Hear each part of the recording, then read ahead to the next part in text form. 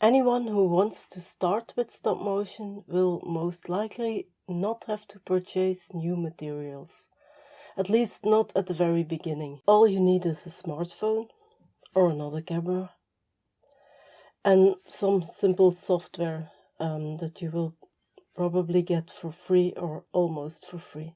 So that's very good news. Let's start with the camera you will use. The easiest camera is just a smartphone. Most of us are very familiar with this, so that's an advantage. And also it's very compact and flat, so you can easily improvise a tripod for it. Also, you can download software on your smartphone and work directly. A disadvantage about a smartphone is that very often the camera isn't great. And another disadvantage is the screen size. It is easier to work on a bigger screen, so you can compensate that disadvantage by working on a tablet. A major advantage of working with a tablet is its size. So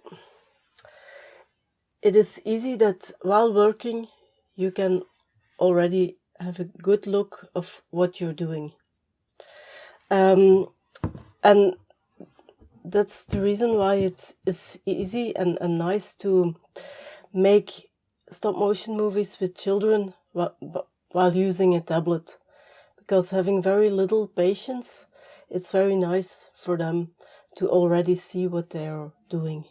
So that's a great advantage of working with a tablet. So with a digital camera, you have the possibility to have a way better camera.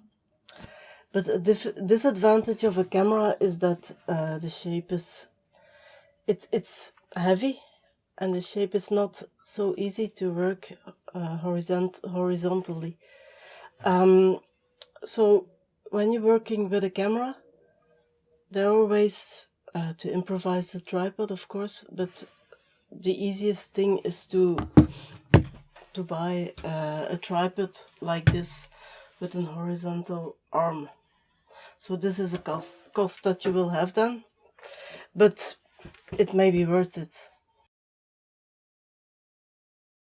When you want to make an animation in stop motion, you will need a tripod.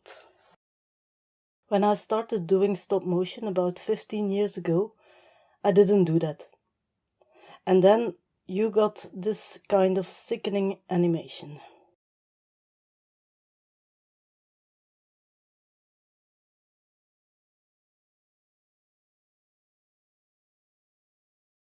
That doesn't mean that you have to run straight to the store. You can easily improvise a tripod. So I will show you that.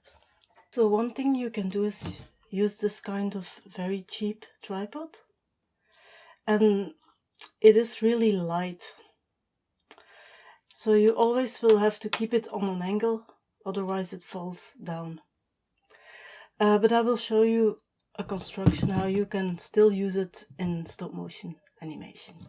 You will have to put your decor on an angle, and I did this by just putting some books underneath. And I also secured the bottom with books. So as you could see, you can use this kind of pasta, so it's Pret dummies, to stick the tripod to your table, and that might help you. So another very cheap solution is this kind of box. You can just buy it anywhere. It is really cheap, it is really compact, and I will show you how I use this. And I use this really often, and I also use this when I do workshops, because it is so light. I can take lots of them with me, and I just can go by train to my workshops.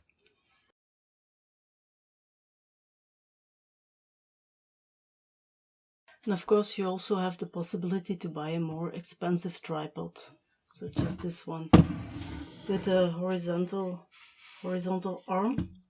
It's not that expensive. I think I bought this one for 70 euros. So it's not that expensive, but it is a cost. And of course there are other creative solutions, as you can see here. Or if you have a table with glass, you can also put your iPad or your phone on the glass and put your decor underneath. So if you start thinking about what you have and what you can use, you will certainly find a solution, and it won't cost a lot. In this part, I will tell you something about software you can use. Fortunately, you don't have to be a computer genius to make stop motion animation. Otherwise, I wouldn't be able to do it either. For me, the artistic part is more important than the technique. But I'll tell you a little more. I personally use the app Stop Motion Studio and the program Windows Movie Maker. For Stop Motion Studio, there is a free version and a cheap version. I will tell you a little bit about that later. For the program, Windows Movie Maker is an old program, and you will find it mainly on old computers. But there are alternatives.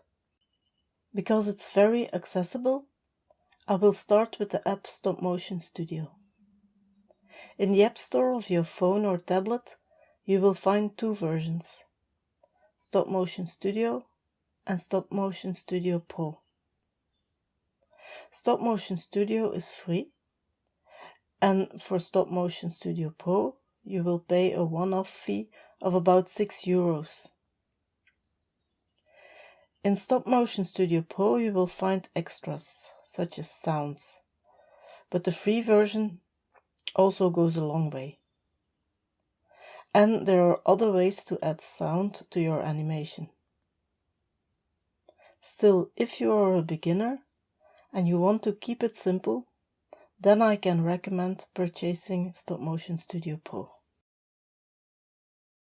Here's a list of a number of programs that you can use for stop motion animation.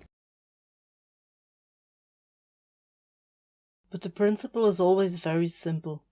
You take a photo of every change in movement, and by editing those photos in quick succession, you create the illusion of movement. And then there is the lighting. Most of the time, the natural light won't be enough. So you will have to use some artificial light. Sometimes the artificial light of the room is enough, but in most of the cases you will need a source of more directional light. I just use a desk lamp with warm light, but lots of people prefer cool light, and if that's the case for you, it will normally be sufficient to screw in another lamp. If you want to make the light more diffuse, you can stick some of this tracing paper on your lamp, and it will make the light more diffuse. You can also purchase a LED lamp for photography. I have one myself, but I actually don't like to use it. You can also experiment with all kinds of alternatives, such as a flashlight, colored lights, or a light bed.